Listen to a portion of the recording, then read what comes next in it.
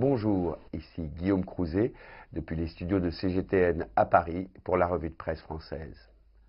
Quoi de neuf aujourd'hui dans l'actualité? En couverture du Monde, la photo d'un militaire armé posté au pied de la Tour Eiffel. À la suite des graves exactions perpétrées le week-end dernier sur les Champs-Élysées, le gouvernement a déclaré vouloir désormais, en plus de la police, réquisitionner l'armée pour sécuriser certains édifices publics. Une annonce qui a fait bondir l'opposition. Nous ne pouvons pas laisser une minorité violente abîmer notre pays et détériorer l'image de la France à l'étranger, a réagi l'Élysée. Et puisque nous parlons de l'étranger, et alors que le président Xi Jinping est arrivé hier en visite à Rome, Le Monde souligne que les alliés de l'Italie sont inquiets de son rapprochement avec la Chine. En effet, alors que les rapports entre l'Union européenne et l'Italie sont très tendus actuellement, le protocole de partenariat privilégié qu'elle a signé avec la Chine sur son grand projet des routes de la soie a une portée politique non négligeable. Un succès diplomatique majeur pour Pékin qui se félicite que 123 pays aient déjà adhéré à la Belt and Road Initiative, le nom officiel des routes de la soie, mais surtout, assure Giuseppe Conte, le Premier ministre italien, une réelle opportunité pour notre pays de stimuler notre économie locale. Le Figaro nous parle lui aussi de la Chine dans son édition d'aujourd'hui, mais pas de la Chine contemporaine, de celle du XVIIIe siècle.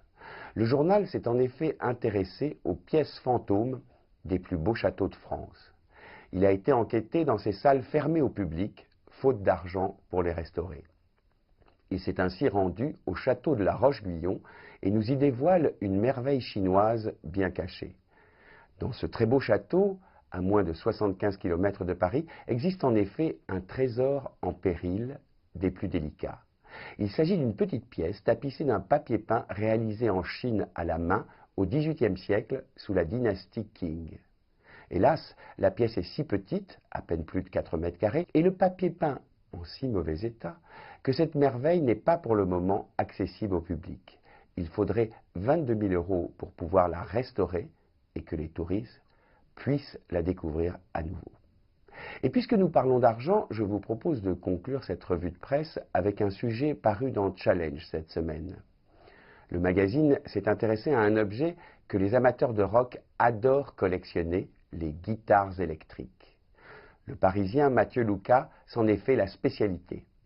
À 26 ans seulement, il écume le monde entier pour dénicher et revendre ses instruments. Attention, comptez au minimum 15 000 € pour faire l'acquisition de l'un de ces petits bijoux. Et encore, ça, c'est si aucun musicien célèbre n'a posé ses doigts dessus. Car dans ce cas, les prix s'envolent carrément. Une guitare Fender Stratocaster passée entre les mains de Jimi Hendrix ne se vend pas à moins de 400 000 €. Mieux encore, la Fender favorite d'Eric Clapton s'est revendue en 2004 pour 1 million de $. Pour les fans, le grand événement à venir aura lieu fin juin à New York. C'est là que le guitariste de Pink Floyd, David Gilmour, mettra aux enchères sa collection de 120 guitares électriques. De quoi faire regretter à certains d'avoir réduit sur scène leur guitare en miettes. C'était l'occupation favorite du musicien des Who, Pete Townshend.